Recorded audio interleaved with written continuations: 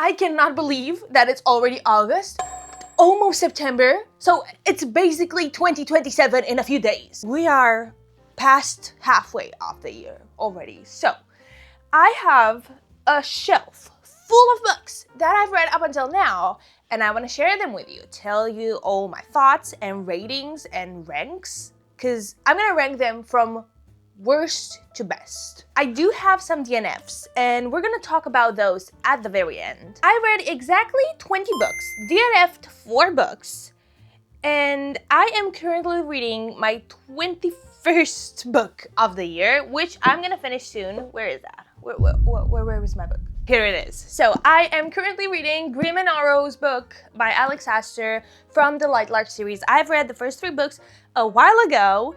I have Crown Tide, I think is the first one. I have Crown Tide, but I gotta read this one first.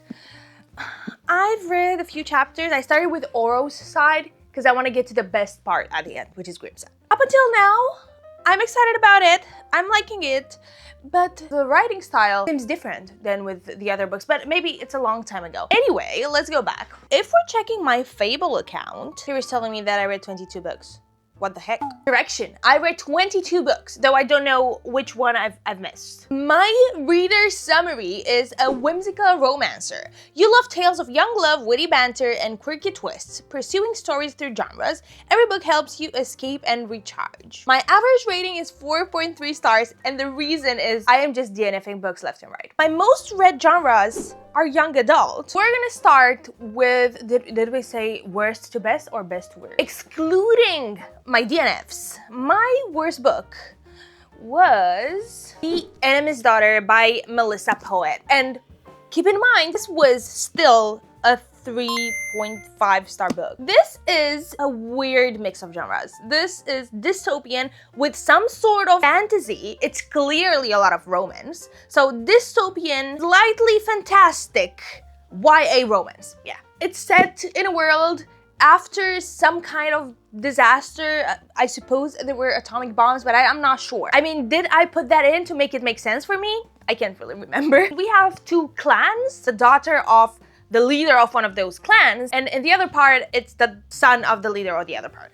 I'm just gonna say they have to take care of each other. They kidnap one another, let's say. And the magical part didn't make much sense. Why are you somehow bonded? The cover is absolutely magical. Look at that. Stunning. I can't really remember how this book ended. This is an easy, comfortable read. Like, you can read it without having too much to think about. Like, yeah, some things might not make sense in some certain situations, but I didn't mind it. I was just going along with it. I believe that nothing was exceptional about it, but everything was okay. It is YA, but we have some steamy sections, and I thought those were written quite well. What is this? I think it's time for the sponsor of this video, Loop Earplugs. I've had the Loop Quietude and the Loop Dreams for a while now, and let me tell you, regular old earbuds can't compare. I usually use these ones for reading in noisy places, and these ones for sleep. So if you're sensitive to loud sounds or you are a side sleeper, you will love the Loop earplugs. I went to my first ever big concert last summer, and let me tell you, I was so mad at myself for forgetting these at home. The music was just so loud, and I'm not one to usually say that. And having my Loop earplugs with me would have made the experience so much better. One of the best things about them, apart from coming in a really pretty case, is that they are just so comfortable. Can you hear me? If you want to get your own pair of Loop earplugs, just check the link in the description box, and don't forget to use my discount code that's right here. Nocticadia by Carrie Lake. This was very well written. It immerses you into the world. Very gothic, dark academia, fantasy vibes. Like, it is eerie. Okay? Very descriptive, vivid scenes and whatnot, but I got the ick at some point. I did get the ick, and I skimmed through the last part of the book. It's about this girl whose mother dies because of this mysterious disease, and she believes she's crazy because everyone tells her she didn't die the way she knows that her mother died. She writes about it in one of her college essays.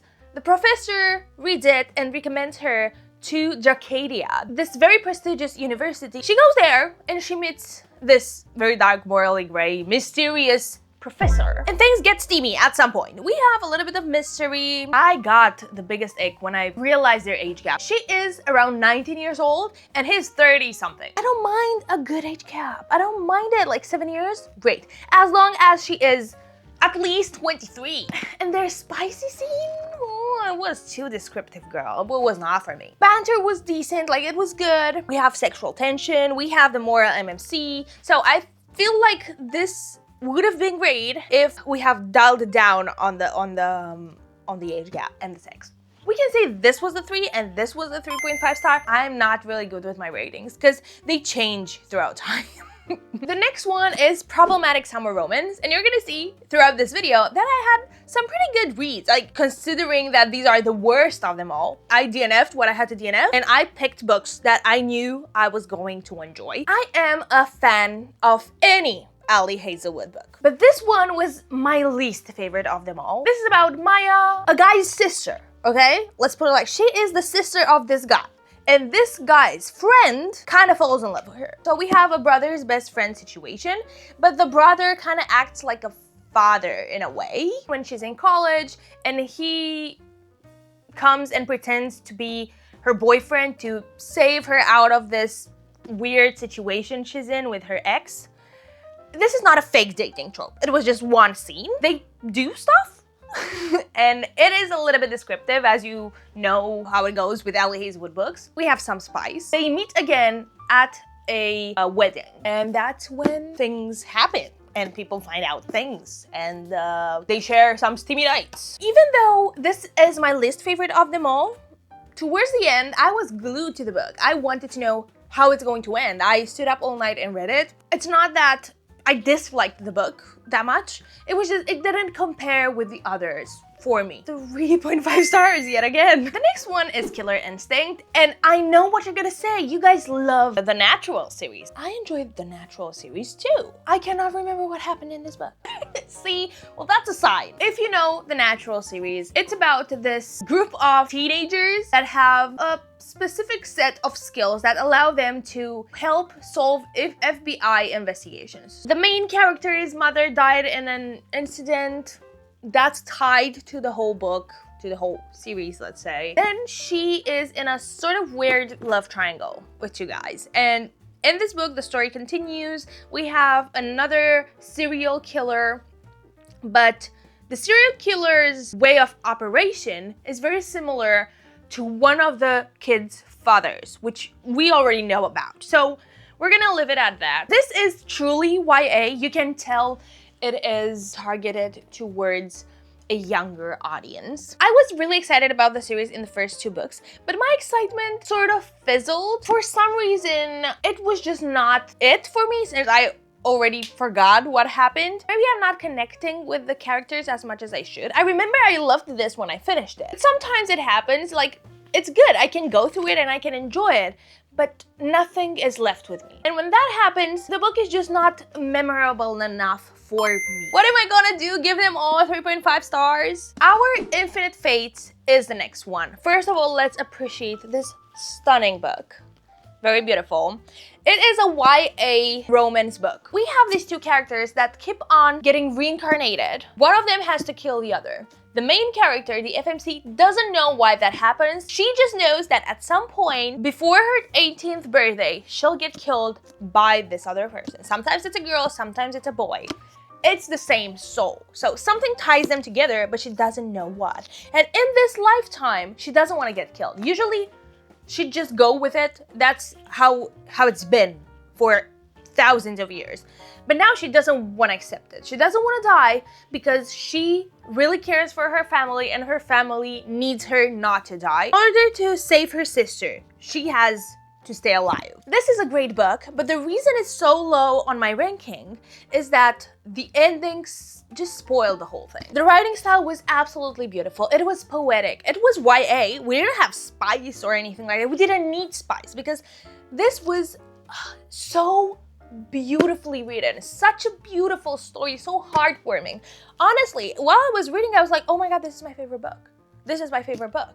But then at the end, why would she choose to do that? Like, it didn't fit the story one bit. Like, it was just a sticker plastered on the story. That's how the decision for that ending felt like. It had nothing to do with the story. I just wanted to erase the ending and just keep it as it is. No ending, you know, open-ended. Let's say the book tries to redeem itself after the ending for a bit. If you can get over that part, wonderful. I do recommend this to you. I don't want to get any more into it because I want to spoil it for you guys. Such a beautiful story, really spoiled it at the end. This was lovely up until that point, so I'd say 3.75. One of the Sarah J Maas books I read this year, and that's Air of Fire, the last one I read. This put me in a reading slump. Even so, I enjoyed it. This was a little bit different than the other books. We had a big fight, find out who the main character really is. She trains, which I love training arcs. It was a little bit hard to go through, even though I enjoyed the book, especially the ending. Like, I'm curious what will happen in the next book. If you don't know what the Maas universe is about, what the Throne of Glass universe is about,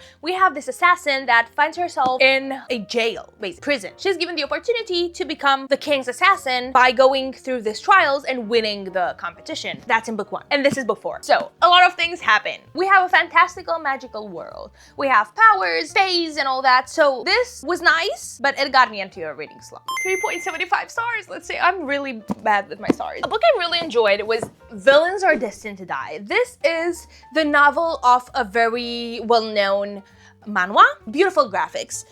I got this book as book mail. I read it. Just look at this. Look at this cover.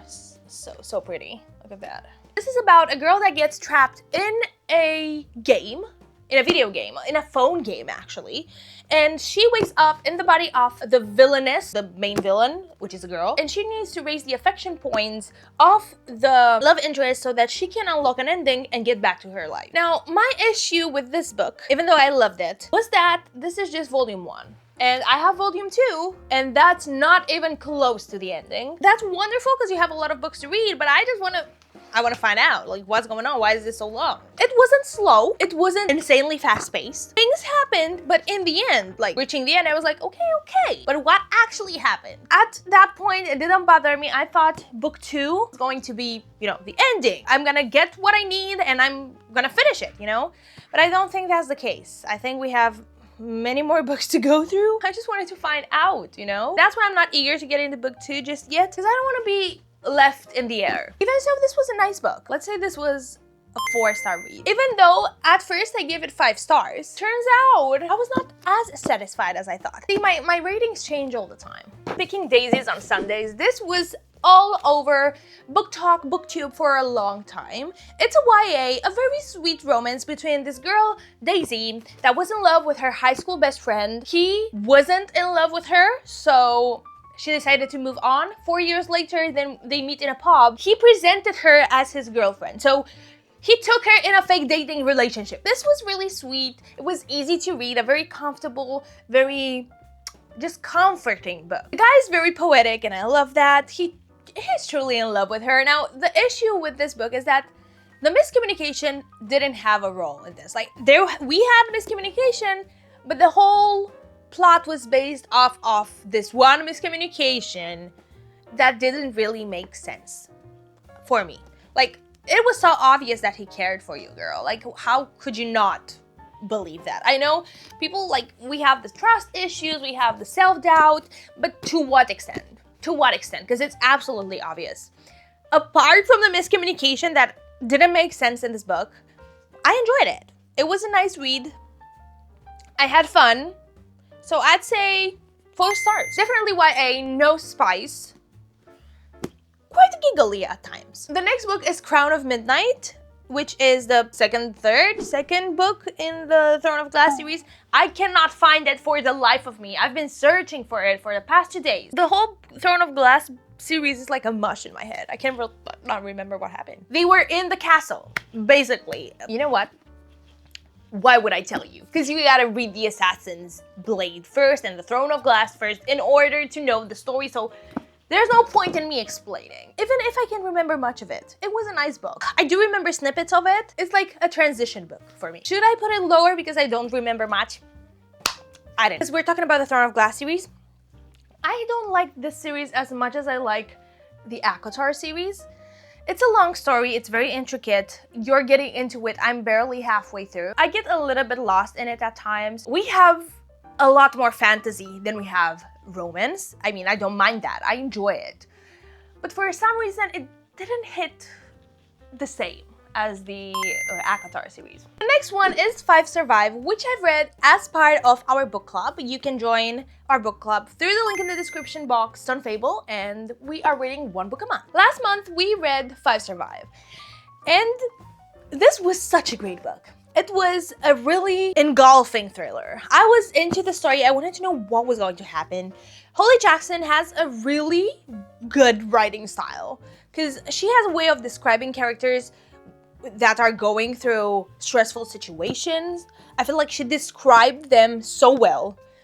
There were some hints in the book that I didn't get, like what's with those curtains? Why are they important? Why? I don't know. We have 6 friends in an RV that get stuck in the middle of nowhere. There's a sniper outside telling them, I want to know this secret. Tell me the secret and the others can go. You will die. That's the thing. Someone needs to confess to a secret. They don't know what secret. All of them have secrets. It turns out the whole thing is much more messy than we expected. The main character has this thing. She's very forgetful, but to a point where you're thinking, oh, there might be a reason for her being so damn forgetful. Like, what's going on? Why is it so talked about in the book? But we don't get a reason. So that was annoying. I didn't get why. But apart from that, I love the book. I gave this a 5-star yet again when I read it. I still believe it's a 5-star if we take it separate from the other books. But if I'm gonna compare this to Saving 6, this is not gonna be a 5-star. This is definitely gonna be a 5-star. But maybe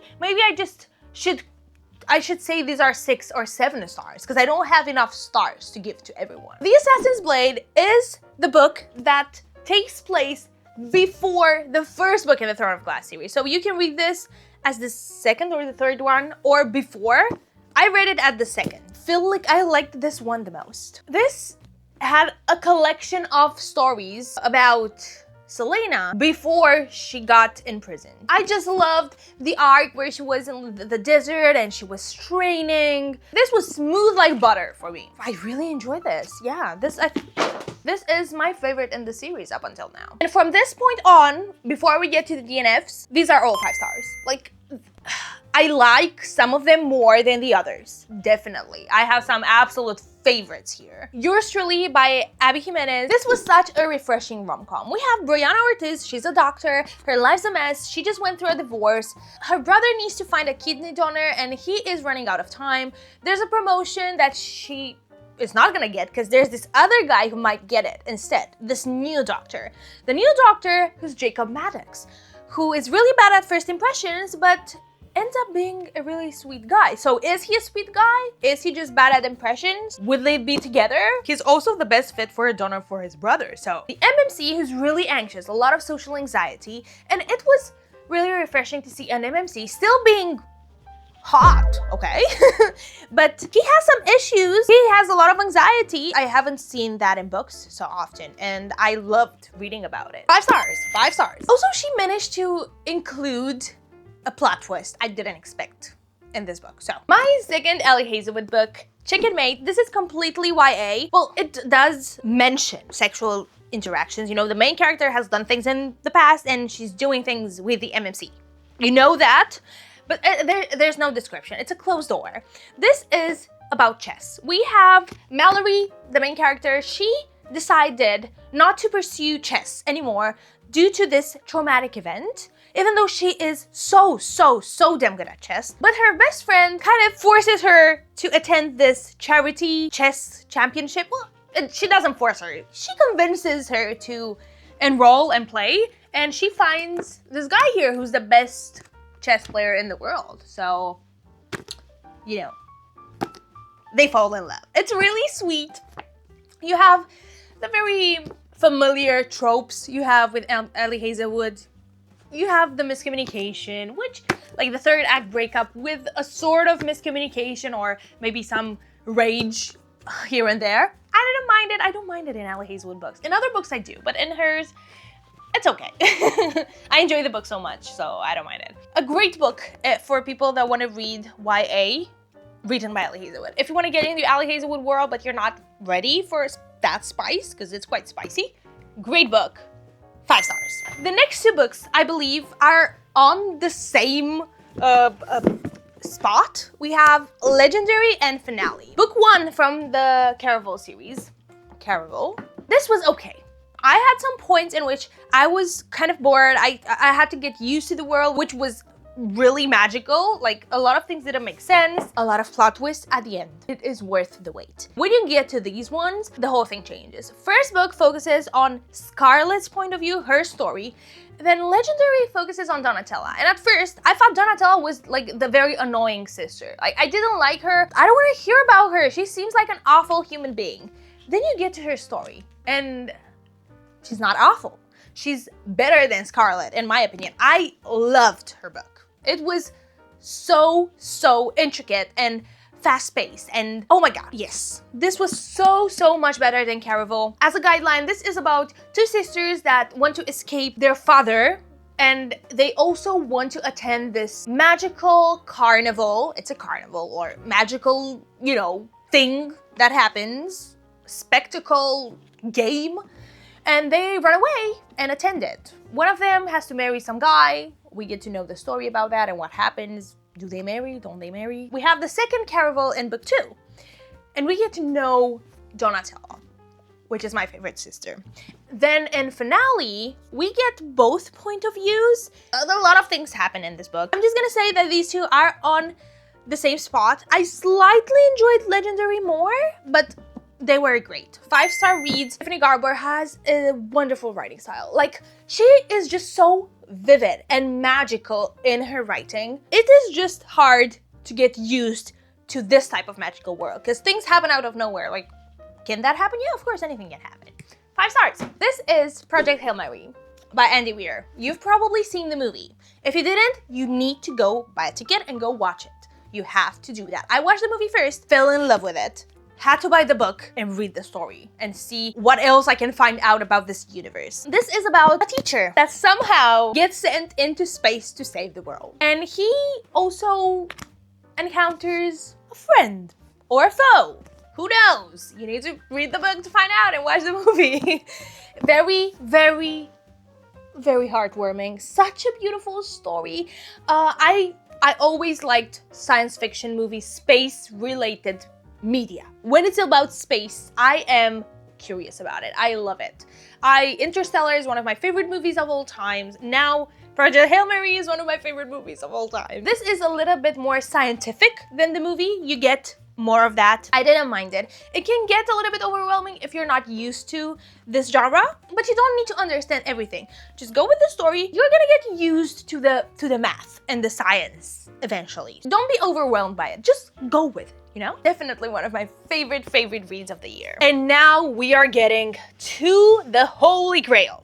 To my God tier books. Here they are. Out of the first 4 books of the Boys of Tommen, my absolute favorites are Joey's books. I resonated with Aoife and Joey's love story and life story and everything that's going on in their books much more than I did with Johnny and Kavanaugh's book.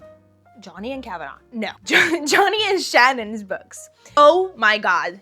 You need to get into this series. Like 6 stars. 10 stars each book. I do not care. This is so much more than a high school romance. First 2 books focus on Shannon and the guy she eventually falls in love with. Shannon is part of this god-awful family. So deranged. It will make you want to dive in the book and do some damage. Do some freaking damage. Shannon is such a sweet soul. She gets transferred to this private school and gets hit in the head with a ball. The one who hit her in the head was Johnny Kavanaugh. And the rest is history. You have to read them. So beautiful. And what happens in book 2? Oh, this is Redeeming 6. I meant to pick up this one. It is not what you expect. This will make you feel really bad inside. You will be like, oh my god, I can't believe, love them. With Joey and Aoife's books. These books focus on Shannon's brother, older brother. And when you read this, you understand why Joey was the way he was in the first books. I was curious about his books, but he wasn't my favorite. Like, I didn't understand some things he did. I was like, hey, come on, what's this?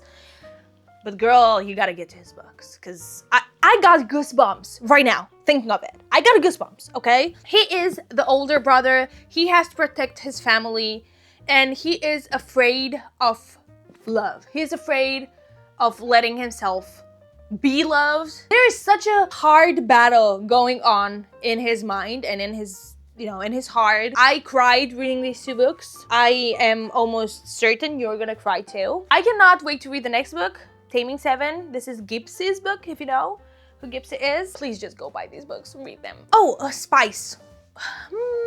First book's not very spicy. It gets spicier after, but I believe that the spice is different in this series. Like, it's normal. It's part of their lives. It's not spicy. Well, Joey's books are a little bit more spicy. But the spice is, like in the first two books, the spice is sweet. The spice is like they are finding themselves. I don't know if that makes any sense.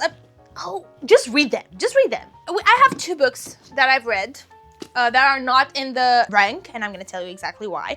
We have Astrophysics for People in a Hurry by Neil deGrasse Tyson. This is nonfiction. It's about space. It goes through how space was created. Like, it starts with a Big Bang and goes forward and tells you about space. You learn about space going throughout time, basically. He goes through the light spectrum. That was a little bit of a harder thing to grasp for me, but this helped quite a bit. I definitely recommend it if you are into learning about space and astrophysics. 5-star, I don't know, why would you give it less than that? I learned what I had to learn. I had fun reading it. It was a short book, but a lot of information in it. Next we have Happy Place by Haley Pham, and I don't feel like it's fair to put this in comparison with the other books, because I picked it up because I was curious, and from the get-go I knew I wasn't going to like a lot of things in the book, because she has the tropes I just knew she was going to use. Those are the tropes she enjoys in the books she reads, and I've watched her videos for a long time. I know the types of books she likes, and I know those are not my favorites. So it has a lot of miscommunication. I feel like the whole entire book is based off of miscommunication, and that's not something I enjoy reading about. It is a second chance romance, which is, again, not something I enjoy. The book wasn't written bad, as I've heard people say. I feel like it was just a normal romance book. Like, it was very similar to other romance books I've read. I feel like she's finding her style, and I didn't mind the writing, so I actually enjoyed it. I felt like it was easy to read.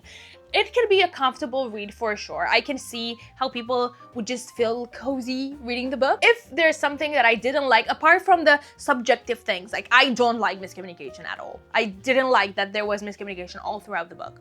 That's just how it is. I picked the book knowing that, so. Apart from that, I felt like the main character was a little bit self-centered. She wasn't really likable in quite a few situations. And, like, okay, that can happen, but make her change throughout the book. She didn't really change. I don't think it was intentional to make her unlikable in that way and just make her solve her issue and, deal with it. So that's one thing I didn't like. My rating would be on the lower side because I just don't like the tropes, but I knew that before getting into the book, so it's not really fair to put it in the ranking and give it a rating. Then we have the 4 books I've DNF'd. Mile High by Liz Stoneford. I could not stand the main character. The MMC felt like such an annoying brat. Like, he viewed women like objects. I didn't like that, how he treated the main character in the beginning, how he viewed life and all that. So I couldn't really stand him. I understand that he changes throughout the book. I don't have patience for that. If I hate him from the get-go, not for me. Apparently, Carrie was a great lay with a fantastic rack, and Ashley gave one hell of a job. It's going to be hard to choose where I want my night to take me. Then there's the option of going out and seeing if I can widen my Denver roster with some new recruits. Come on. You guys told me that the rest of the series is better. I don't know if I should believe you. Then we have Coco Miller's Blue Sisters. This was just not the right time for me. Very well written, especially the prologue got me into the book. I was like, okay, what's going on? But then this is a book about 4 sisters that need to get over the grief of losing one of the sisters. One of the sisters died. And it's about family, about relationships, about getting over hard situations. I got to page 76 and I just didn't remember to pick it up once I put it down at some point. So I DNF'd it. Not a bad book. Again, definitely not a bad book. Very well written. Just not for me.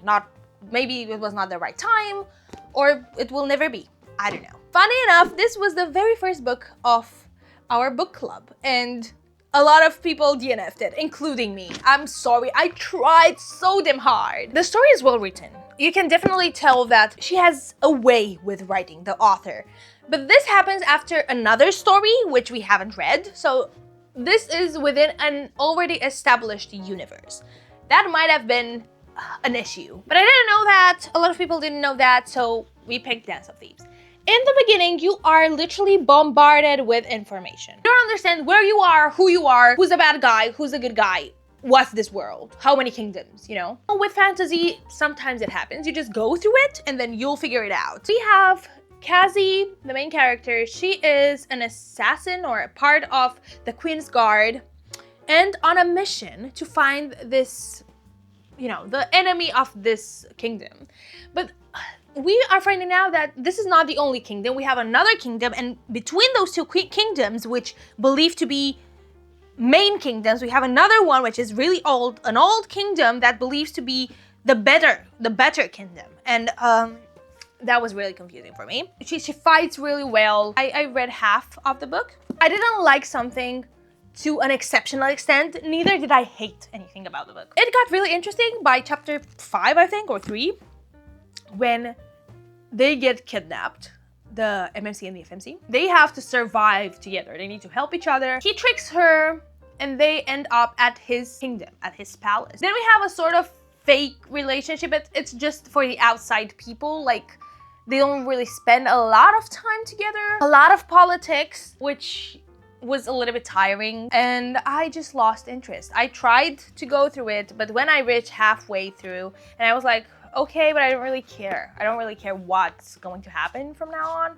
I was like, okay, it's not for me. And the very last book is Fireborn. And the reason I'm DNFing this is not because it's a bad book. It's just because I am such a vibe reader that I just don't feel it. So I've read 2 chapters and I was a little bit bored. There's a lot of telling, not much showing. We are thrown in this universe. We have dragons, we have this guy. He is part of a very important family, let's say, but no one knows because there's been this revolution and he became an orphan, and now he befriended this other girl who was also an orphan, and now they are both dragon riders and preparing for a contest to find out who's gonna lead the dragon fleet or something like that. I was 2 chapters in. I know it's not much. I know I was impatient. He kept telling me about his past and like why he cares about that and why that is important. And then we have the FMC and we get a lot of names and I don't really care about them. I don't care about him. I don't care about her.